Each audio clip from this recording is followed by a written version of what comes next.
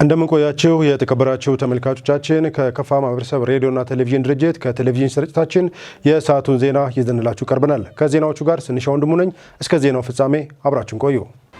አምራች የህብረት ስራ ማህበራት ምርታማነትን በማሳደግ የሀገርን ኢኮኖሚ ለማሻገር በሚደረገው ጥረት የጎላ ድርሻ እንዳላቸው የደቡብ ምዕራብ ኢትዮጵያ ክልል መንግስት የህብረት ስራ ልማት ኤጀንሲ አስታወቀ።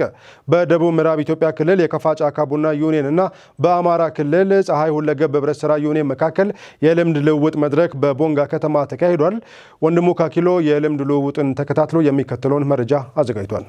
የደቡብ ምዕራብ ኢትዮጵያ ህዝቦች ክልል መንግስት የህብረት ስራ ልማት ኤጀንሲ ዋና ዳይሬክተር አቶ ቀበለ መንገሻ ከአማራ ክልል ለመጡ እንግዶች የክልሉን ጸጋዎች ባስተዋወቁበት የመክፈቻ ንግግራቸው የህብረት ስራ ማህበራት ምርታማነትን በማሳደግ ኢኮኖሚያዊ እድገትን ለማሻገር እንደ ሀገር የተያዘውን ግብ ለማሳካት በሚደረገው ጥረት ጉልህ ድርሻ እንዳላቸው አንስተዋል።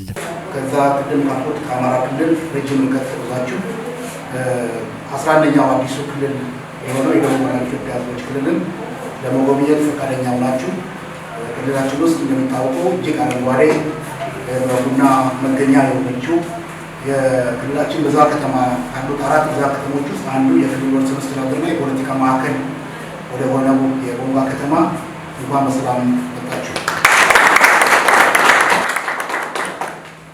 በመግቢያ እንዳልኩት እንግዲህ ይሄ ክልል እጅግ በጣም ውብና በተለይ በአረንጓዴ ልምላሜው በጣም ታዋቂ የሆነ ክልል ነው።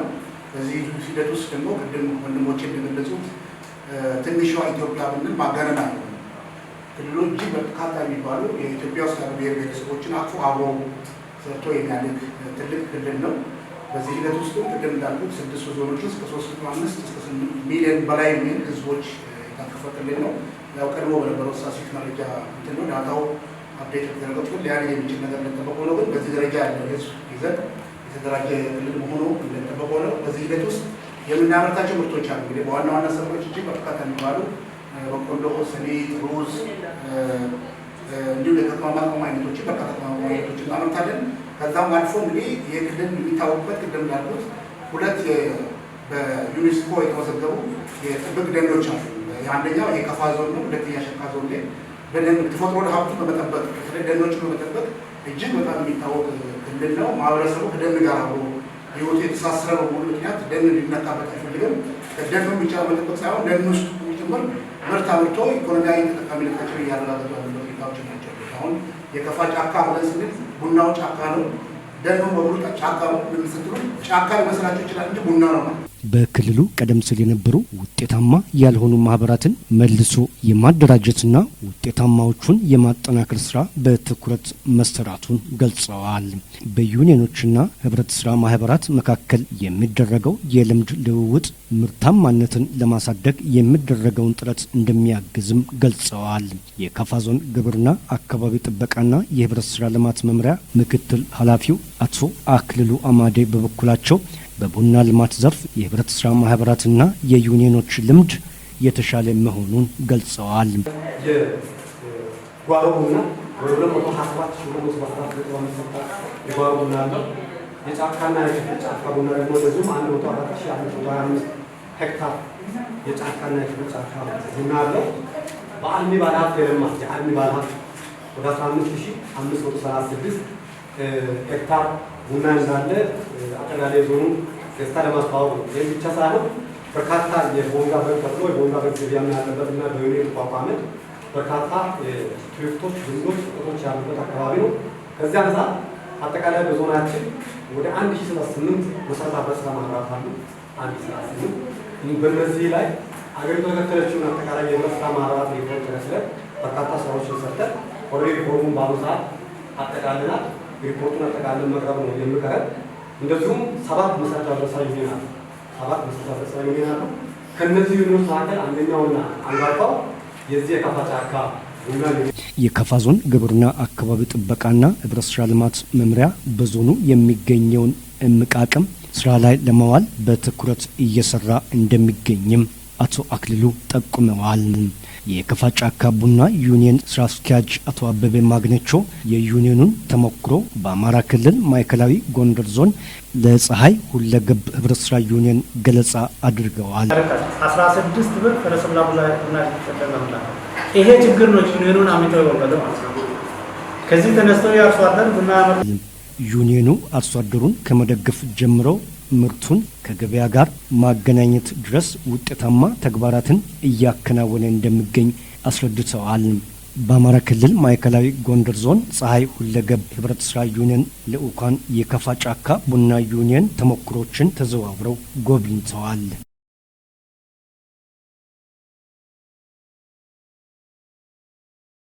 የሌማት ትሩፋት ተግባራት ስርዓተ ምግብን ከማስተካከል ባሻገር የኢኮኖሚ ምንጭ ነው ሲሉ የከፋ ዞን ብልጽግና ፓርቲ ጽህፈት ቤት ኃላፊና የመንግስት ዋና ተጠሪ አቶ አጥናፉ ኃይሌ ተናገሩ።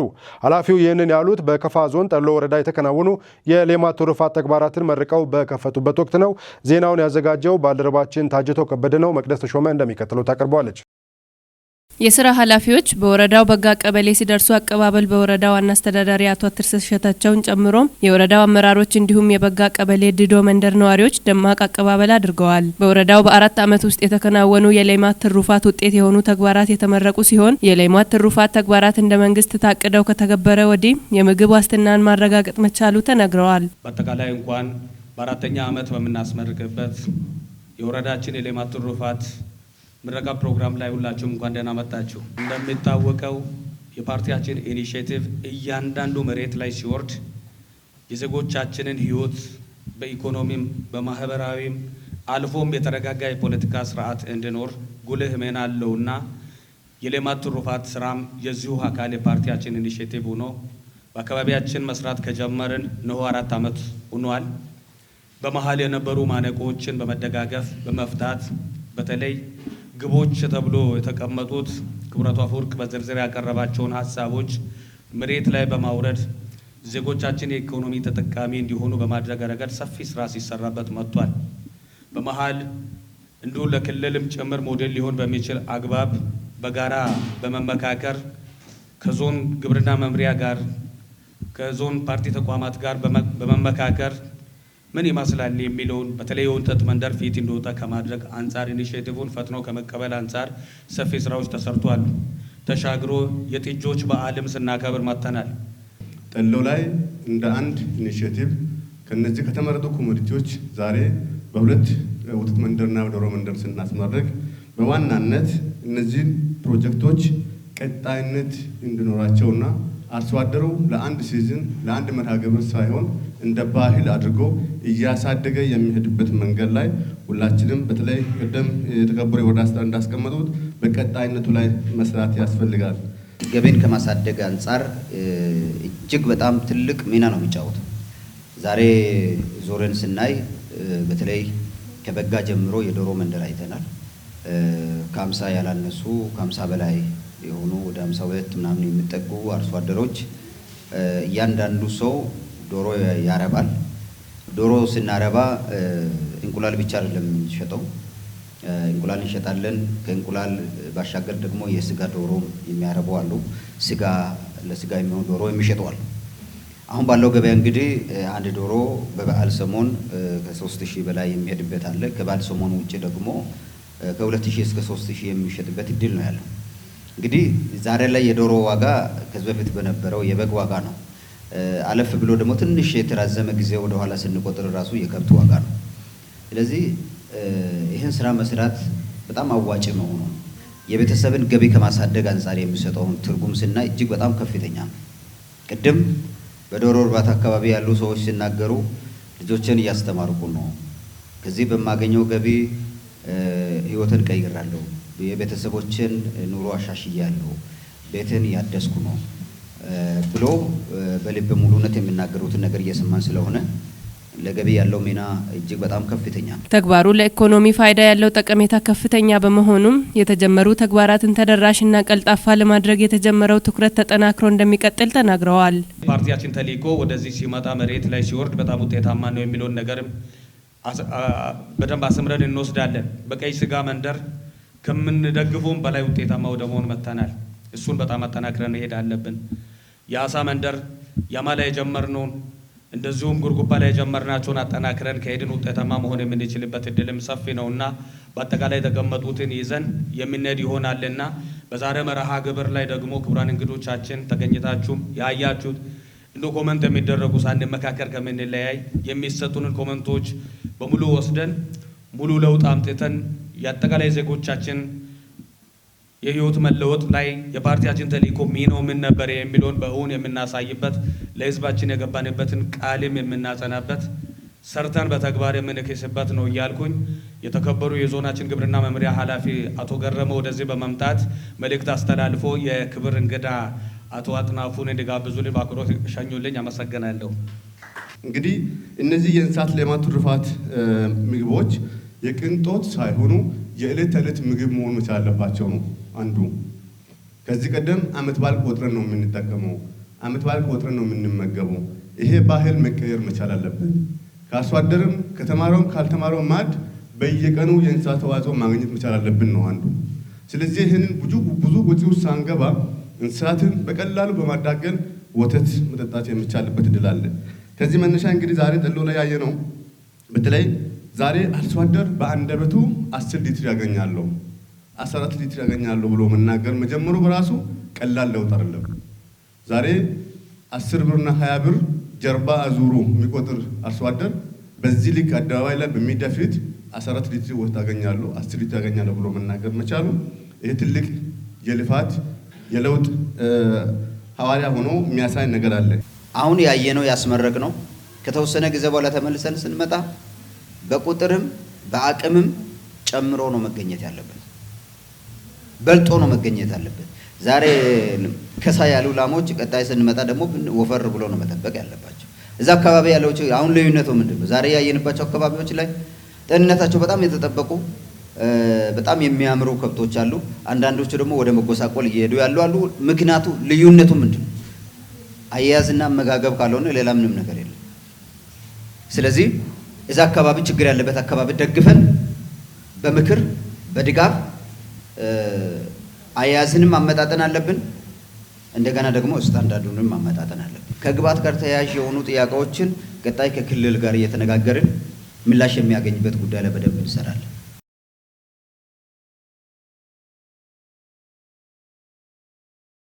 የአርሶ አደሩን ምርታማነት በማሳደግ ተጠቃሚነቱን ለማረጋገጥ የሚያስችሉ ሰፊ የምርምር ስራዎችን እያከናወነ እንደሚገኝ የደቡብ ምዕራብ ኢትዮጵያ ሕዝቦች ክልል ግብርና ምርምር ኢንስቲትዩት አስታወቀ። በክልሉ ከቅርብ ጊዜ ወዲህ ወደ ተግባር የገባው የታርጫ ግብርና ምርምር ማዕከል አበረታች የምርምር ስራዎችን እያፈለቀ መሆኑ ተጠቁሟል። ከክልሉ ሚዲያ ኔትወርክ የተገኘው መረጃ መቅደስ ተሾመ ታቀርበዋለች።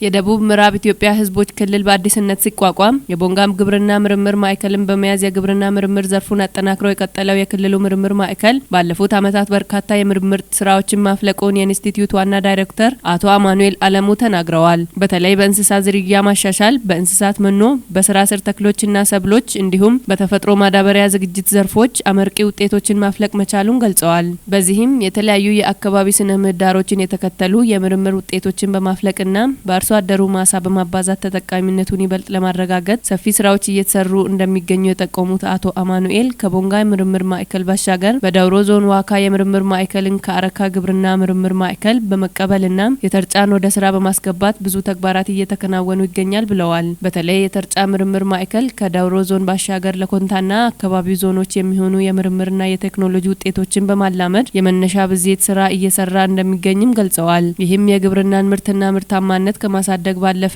አርሶ አደሩን በቴክኖሎጂ በማስደገፍ ተጠቃሚ ለማድረግና የምግብ ዋስትናን ለማረጋገጥ ወሳኝ በመሆኑም ከአርሶ አደሩ ጀምሮ ሁሉም ባለድርሻ አካላት ከተቋሙ ጎን በመሆን ሊደግፉ እንደሚገባ አሳስበዋል። የተርጫ ግብርና ምርምር ማዕከል ዋና ዳይሬክተር አቶ ኡቴጅ ጉጃ በበኩላቸው ተቋሙ ከተቋቋመ አጭር ጊዜ ቢሆንም ለተለያዩ ስነ ምህዳሮች ተስማሚ የሆኑ የሰብል የመኖና የተለያዩ የእጽዋት ዝርያዎች ላይ ውጤታማ የምርምር ስራዎችን እየሰሩ እንደሚገኝ ጠቁመዋል። በተለይ ከደጋ እስከ ቆላማ አካባቢዎች የሚስማሙ የቡና፣ የሙዝ፣ የማሽላ እንዲሁም የተለያዩ የላም አተር የተሰኙና ሌሎች የእንስሳት መኖ ዝርያዎችን ጨምሮ የተፈጥሮ ማዳበሪያ መነሻ ብዜት ስራ በተቋሙ እየተሰራ መሆኑን ተናግረዋል። በቀጣይ ከተቋሙ የሚወጡ የምርምር ውጤቶችን በማብዛት ለአርሶ አደሮቹ የማስተዋወቅ ስራ እንደሚሰራ አቶ ኡቴ ገልጸዋል። በተርጫ ግብርና ምርምር ማዕከል የመነሻ ዘር ቴክኖሎጂ ብዜት ዳይሬክቶሬት ዳይሬክተር አቶ ታምራት ታዲዮስ፣ የእንስሳት ምርምር ዘርፍ አስተባባሪ አቶ ስለሺ ተፈራና የምርምር ባለሙያ የሆኑት አቶ ደመቀ ላኦ ተቋሙ ለአርሶ አደሩ ምርታማነት ውጤታማ የሆኑ ስራዎችን በአጭር ጊዜ ውስጥ በማፍለቅ ላይ እንደሚገኝ ገልጸዋል።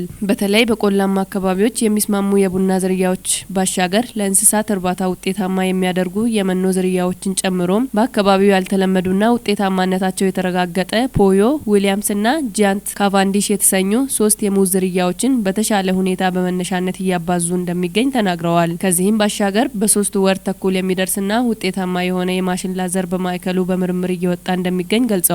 ይህን ተግባር በማጠናከር የአርሶ አደሩን ምርታማነት ለማረጋገጥ በሙያቸው እንደሚሰሩም የተቋሙ ሰራተኞች ጠቁመዋል።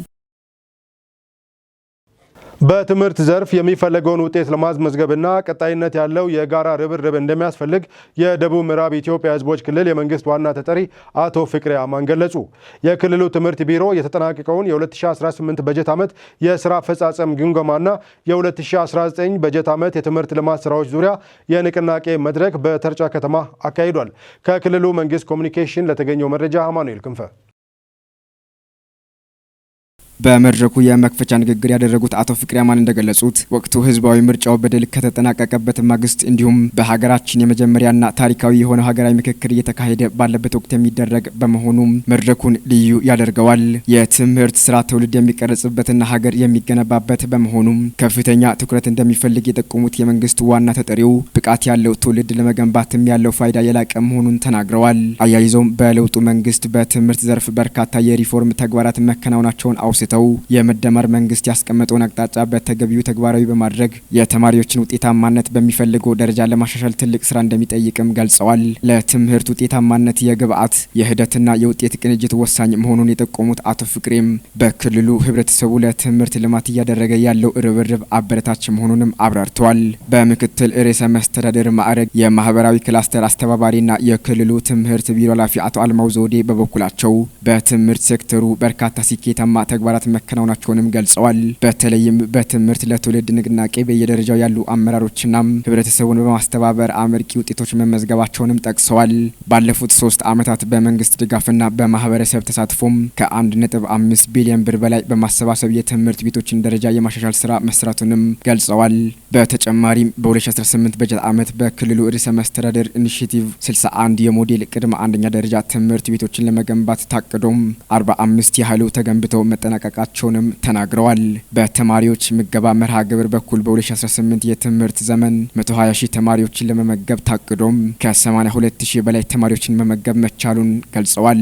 ይህም የትምህርት ተሳትፎን ከማሳደግ ባለፈ ተማሪዎች የተመጣጠነ ምግብ እንዲያገኙ ማስቻሉንም አብራርተዋል። የመምህራን ትጋትና ለውጥ ለትምህርት ጥራት ማረጋገጥ የጎላ ሚና እንዳለው የገለጹት የቢሮ ኃላፊው በክልሉ የመምህራንን አቅም ለመገንባት የተጀመሩ ስራዎች ተጠናክሮ እንደሚቀጥሉም አረጋግጠዋል። የቢሮ ምክትል ኃላፊ ዶክተር ደስታ ገናሜ እንደገለጹት የትምህርት ለትውልድ ንቅናቄ በትምህርት ልማት ስራዎች ስኬታማነት ቁልፍ ጉዳይ በመሆኑም ለዘርፉ ልዩ ትኩረት ተሰጥቶ የሚሰራ መሆኑንም ገልጸዋል። በአጠቃላይ በታርጫ ብዝሃ ማዕከል እየተካሄደ የሚገኘው ይህ የምክክር መድረክ የትምህርት ሴክተሩን ቁልፍ ተግባራት በተገቢው ለማሳካትና የተጀመሩ መልካም ስራዎችን አጠናክሮ ለማስቀጠል ከፍተኛ አስተዋጽኦ እንደሚኖረውም ተጠቅሷል። የቡና ምርታማነትን በማሳደግ ከዘርፉ የሚገኘውን ጥቅም ከፍ ለማድረግ ትኩረት ተሰጥቶበት የተሰራ መሆኑን የክልሉ ቡናና ሻይ ቅመማ ቅመም ባለስልጣን ገለጸ። በክልሉ 614,000 ሄክታር መሬት በቡና ልማት መሸፈኑንም ዋና ዳይሬክተሩ አቶ በላይ ኮጂ አብ አስታውቀዋል። የዘገበው የኢትዮጵያ ዜና አገልግሎት ነው። አማኑኤል ክንፈ ተጨማሪ ዘገባ አለው። የባለስልጣኑ ምክትል ዋና ዳይሬክተር አቶ በላይ ኩጅ አብ እንዳሉት በክልሉ ከቡና የሚገኘውን ኢኮኖሚያዊ ጠቀሜታ ከፍ ለማድረግ ልማቱን የማስፋፋትና ምርታማነትን ማሳደግ ላይ ትኩረት መሰጠቱን ገልጸዋል። በዚህም በክረምት ወራት ከ25 ሚሊዮን በላይ የቡና ችግኞችን ለመትከል ወደ ስራ መገባቱንም ተናግረዋል። የቡና ልማቱን ለማሳካት ዝርያቸው የተሻሻሉና ለደጋና ቆላማ አየር ንብረት ተስማሚነታቸው በምርምር የተረጋገጡ ችግኞች ለአርሶ አደሩ መሰራጨታቸውን ጠቁመዋል። የተሻሻሉ የቡና ዝርያዎችን በአንድ ዓመት ጊዜ ውስጥ ለምርት የሚደርሱ ከነባሩ የቡና ዝርያ በእጥፍ ምርት የሚሰጡ መሆናቸውን ጠቅሰው ልማቱን ለማሳካትም ሙያዊ ድጋፍና ክትትል እየተደረገ መሆኑን ተናግረዋል።